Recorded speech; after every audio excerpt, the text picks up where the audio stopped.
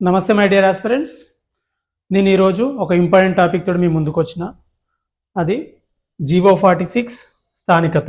GO46 అందరికీ తెలిసిన విషయమే. చాలా రోజుల నుంచి బర్నింగ్ ఇష్యూ, చాలామంది పోరాడుతూనే ఉన్నారు దాన్ని తీసేయాలని. ఇంకొకటి స్థానికత. స్థానికత అనేది ఒకటి తెలియని విషయం చాలామందికి. ఇది చాప కింద నీరులాగా మెల్లిమెల్లిగా స్ప్రెడ్ అవుతుంది.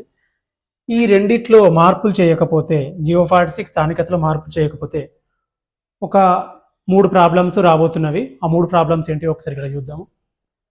మన రాష్ట్రంలో మరోసారి మనందరం పరాయి బిడ్డలం అవుతాము ఒకటి. సెకండ్, కంబైన్డ్ హైదరాబాద్ డిస్ట్రిక్ట్స్, అంటే ఇప్పుడు ఉమ్మడి హైదరాబాద్ డిస్ట్రిక్ట్స్లో చాలామంది ఆస్పిరెంట్స్ GO46 తోటి కానీ ఈ పోస్టులు ఎక్కువ ఉండడం వల్ల కానీ బెనిఫిట్ పొందుతున్నారని మనం అనుకుంటున్నాం. కానీ రాబోయే రోజుల్లో వారు కూడా లాస్ అవుతారు. ఏ విధంగా లాస్ అవుతారో మనం తర్వాత చూద్దాము. ఏ విధంగా ఎక్స్ప్లోర్ అవుతారో కూడా క్లియర్గా ఎక్స్ప్లెయిన్ చేసిన తర్వాత. నెక్స్ట్, థర్డ్ వన్, ఇది ఇలాగే కొనసాగితే, చేంజ్ చేయకపోతే మళ్ళీ మనం ఒకసారి ముల్కీ మూమెంట్ లాంచ్ చేయాల్సి వస్తుంది. అరే మళ్ళీ ముల్కీ మూమెంట్ అంటున్నాడు ఏంది, ఎప్పుడు అయిపోయిన పని కదా, 1952లో అయిన పని కదా అని మీకు అనిపించవచ్చు. ఇప్పుడు పక్క రాష్ట్రాల వాళ్ళు మళ్ళీ తెలంగాణలోకి వచ్చి జాబులు కొడితే, అంటే ఇప్పుడున్న లూప్ హోల్స్ వల్ల జాబులు కొడితే మళ్ళీ మనం ముల్కీ మూమెంట్ లాంచ్ చేయాల్సి ఉంటుంది. దాంతో పాటుగా జయభారత్ రెడ్డి, గిరిగిలాని కమిటీస్ మనకు ఇంతకుముందు తెలంగాణ రాకముందు ఏ విధంగా ఫామ్ చేసిరో మళ్ళీ అట్లా ఫామ్ చేసి మళ్ళీ నాన్ లోకల్స్ ఎంతమంది ఉన్నారో అని మళ్ళీ లెక్కించాల్సి వస్తుంది. సరే, ఈ 3 ప్రాబ్లమ్స్ ఎట్లా వస్తాయి అనేది ఒకసారి మనం ఇక్కడ క్లియర్గా చూద్దాం. చూసే ముందు ఇవాళ మనము డిస్కస్ చేయబోయే చాలా ఇంపార్టెంట్ విషయం, చాలా ఇంపార్టెంట్ టాపిక్. కాబట్టి మీతోటి ఫ్రెండ్స్ అందరికీ, ఓన్లీ కానిస్టేబుల్సే కాదు, తెలంగాణలో ఉన్న ఇప్పుడు నిరుద్యోగ ఆస్పిరెంట్స్ అందరికీ తెలియాల్సిన విషయం ఇది. కాబట్టి లైక్ చేయండి, షేర్ చేయండి. ఈ టాపిక్ నచ్చితేనే మీరు సబ్స్క్రైబ్ చేయండి, కానీ ఇన్ఫర్మేషన్ అయితే వీళ్ళంత ఎక్కువ మందికి అయితే షేర్ చేయండి. ఒకసారి టాపిక్లోకి వెళ్దాం. మనం ఇప్పుడు తెలంగాణని 2గా డివైడ్ చేద్దాం. ఒకటి కంబైన్డ్ హైదరాబాద్ డిస్ట్రిక్ట్స్, అంటే ఉమ్మడి హైదరాబాద్ జిల్లాలో ఒకటి, అదర్ డిస్ట్రిక్ట్స్ ఒకటి, అంటే గ్రామీణ ప్రాంతాలు అవ్వచ్చు, ఇవన్నిటిని కలిపి వేరే డిస్ట్రిక్ట్స్ చూద్దాం. దాంట్లో కంబైన్డ్ హైదరాబాద్ డిస్ట్రిక్ట్స్లో కట్ ఆఫ్ 90 అరౌండ్ ఉంది. ఇప్పుడు TSSP తీసుకుంటే ఇవి ఇంతకుముందు స్టేట్ లెవెల్ పోస్టులు, దాన్ని డిస్ట్రిక్ట్ లెవెల్ పోస్టులుగా చేంజ్ చేసారు GO46 తోటి. దాంతో ఏమైంది, కట్ ఆఫ్స్ కంబైన్డ్ హైదరాబాద్ డిస్ట్రిక్ట్స్లో 90 అరౌండ్ ఉంది. కానీ అదర్ డిస్ట్రిక్ట్స్లో 125 ప్లస్ అవ్వచ్చు, 125, ఒక్కొక్కసారి 128, 120, రకరకాలుగా SC STస్లో కూడా ఈ కట్ ఆఫ్లు విపరీతంగా ఉన్నాయి. కంపేర్ చేస్తే హైదరాబాద్ కంబైన్డ్ డిస్ట్రిక్ట్స్ కంపేర్ చేస్తే చాలా ఎక్కువగా ఉన్నాయి. అంటే ఎటువంటి facilities, quality education, correct infrastructure లేని గ్రామీణ ప్రాంతాల్లో ఏమో హయ్యెస్ట్ కట్ ఆఫ్స్ ఉన్నవి. అన్ని ఫెసిలిటీసు, మంచి information availability, infrastructure, quality education అన్ని ఉన్న దగ్గరనేమో 90 అరౌండ్ కట్ ఆఫ్స్ ఉన్నవి. ఇదే కదండి రీసెంట్గా group 1 prelims first time conduct చేసినప్పుడు పేపర్ లీక్ అయిన టైంలో ఇచ్చిన రిజల్ట్స్లో కూడా హైదరాబాద్లో ఉన్న మల్టీ జోన్లో కట్ ఆఫ్స్ తక్కువగానే ఉండే, ఒక 4 to 5 మార్క్స్ తక్కువగానే ఉండే. కానీ ఇక్కడ నెగ్లిజిబుల్, దాన్ని పట్టించుకోవాల్సిన అవసరం లేదు. కానీ పెద్ద ప్రాబ్లం ఏంటంటే ఇప్పుడు రాబోయే గ్రూప్ 4లో మళ్ళీ కంబైన్డ్ హైదరాబాద్ డిస్ట్రిక్ట్స్లో, ఉమ్మడి హైదరాబాద్ డిస్ట్రిక్ట్స్లో కట్ ఆఫ్స్ మళ్ళీ చాలా తక్కువగా ఉండే ఛాన్సెస్ ఉన్నాయి రిమైనింగ్ అన్ని డిస్ట్రిక్ట్స్లో కంపేర్ చేస్తే. వేరే డిస్ట్రిక్ట్స్లో ఎక్కువ పెద్ద మొత్తంలో పోస్టులు ఉన్నా కూడా అక్కడ ఉండే కాంపిటీషన్ వల్ల అవ్వచ్చు, వేరే విషయం వల్ల అవ్వచ్చు, కట్ ఆఫ్స్ అయితే హైదరాబాద్ కంబైన్డ్ డిస్ట్రిక్ట్స్లో ఉన్న దానికంటే ఎక్కువనే ఉంటుంది, కానీ హైదరాబాద్ కంబైన్డ్ డిస్ట్రిక్ట్స్లో ఉన్నంత తక్కువగా ఉండదు. సరే, ఇవి బాగానే ఉంది. ఇట్లా కట్ ఆఫ్లు తక్కువగా ఉంటే అసలు ప్రాబ్లం ఏంటి? సార్ మీరు ఏదో 3 ప్రాబ్లమ్స్ అని చెప్పారు, ఆ 3 ప్రాబ్లమ్స్ అవుతాయా అనేది మీకు ఇప్పుడు డౌట్ రావచ్చు. సార్ దాన్ని ఇక్కడ క్లియర్గా చూద్దాం.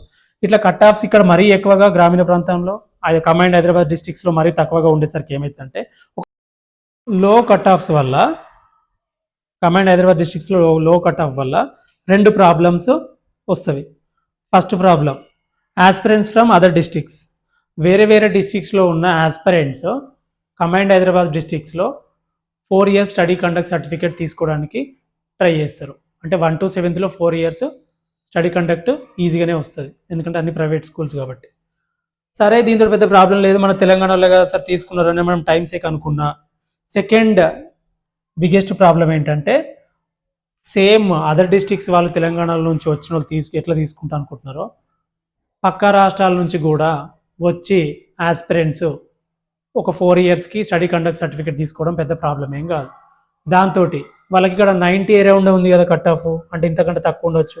ఇప్పుడు వచ్చే రాబోయే జాబ్స్లో కూడా ఇంకా అంతకంటే తక్కువ కట్ ఆఫ్స్ కూడా ఉండొచ్చు.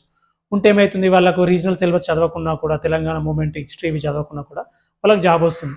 సార్ మీరు ఓన్లీ కమాండ్ హైదరాబాద్ డిస్ట్రిక్ట్స్ గురించి మాట్లాడుతున్నారు, వేరే డిస్ట్రిక్ట్స్లో కూడా నాన్ లోకల్స్ వేరే పక్క రాష్ట్రాల వాళ్ళు వచ్చి స్టడీ కండక్ట్ సర్టిఫికేట్ తీసుకుంటారు కదంటే తీసుకుంటారు. అక్కడ తీసుకున్నా కూడా అక్కడ కట్ ఆఫ్ చాలా ఎక్కువగా ఉన్నవి కాబట్టి వాళ్ళు రీజనల్ సిలబస్ చదవాల్సి ఉంటుంది. తెలంగాణ మూమెంట్ హిస్టరీ చదివి జాబ్ కొట్టడం అంటే అంత ఈజీ కాదు. 99% అక్కడ క్లియర్ చేయలేరు.